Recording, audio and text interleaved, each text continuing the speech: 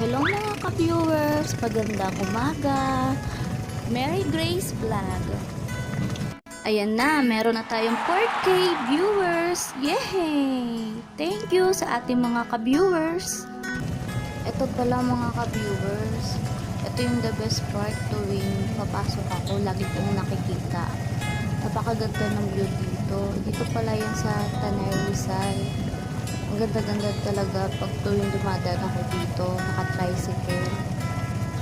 Nakakagaan sa pakiramdam, sarap sa feelings yung hangin at nakakawala ng stress at pagod dahil sa makikita mo yung magandang tanawin at view.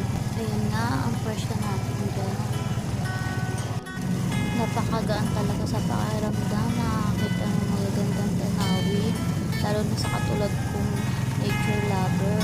Napakasarap sa feelings kahit napagod ka sa trabaho, stress man, nakakawala talaga pag ganyan ang makikita mo. Kaya magpasalamat tayo kung ano nakikita natin sa mundo na magaganda. Mapapa-thank you Lord ka na lang talaga.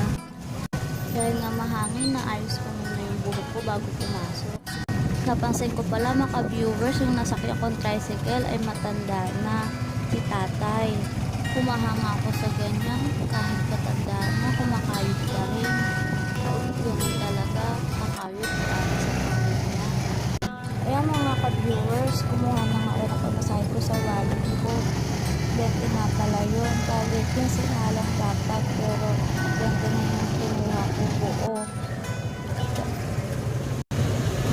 you.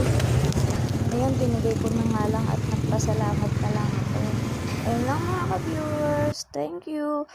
Ang sarap talaga sa pakiramdam pag mabuti tayo sa ating kapwa. Salamat sa panonood. Hanggang dito na lang muna mga ka-viewers. Thank you.